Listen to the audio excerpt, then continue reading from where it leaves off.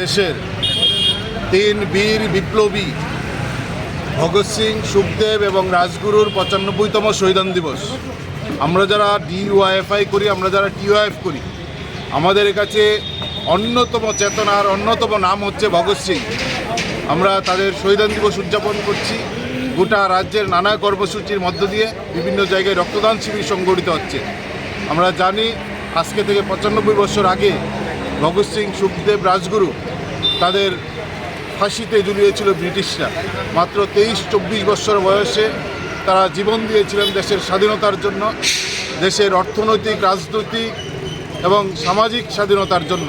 কিন্তু স্বাধীনতার ৭৮ বছর পরও ভগৎ সিংয়ের স্বপ্নের ভারত সফল হয়নি, বরং যে স্বাধীনতা অর্জিত হয়েছিল এই স্বাধীনতা আজকে বিজেপির, আরএসএসের নেতৃত্বে আক্রান্ত। সাম্রাজ্যবাদ মাথাচাড়া দিয়ে উঠছে, সাম্প্রদায়িকতা প্রচণ্ডভাবে গোটা দেশকে গ্রাস করার চেষ্টা করছে। ভগৎ সিংরা লড়াই করেছিলেন ব্রিটিশের বিরুদ্ধে, সাম্রাজ্যবাদের বিরুদ্ধে, সাম্প্রদায়িকতার বিরুদ্ধে। আজ বিজেপি, আরএসএসের নেতৃত্বে সাম্রাজ্যবাদ মাথাচাড়া দিয়ে যেমন উঠছে, সাম্প্রদায়িকতা আরও বিভৎস রূপ ধারণ করছে। এই স্বপ্নের ভারত, ভগৎ সিংয়ের স্বপ্নের ভারত প্রতিষ্ঠার লক্ষ্যে ডিওএফআই, টিওএফের যে সংগ্রাম, এই সংগ্রামকে আরও তীব্র করার শপথ নিচ্ছি।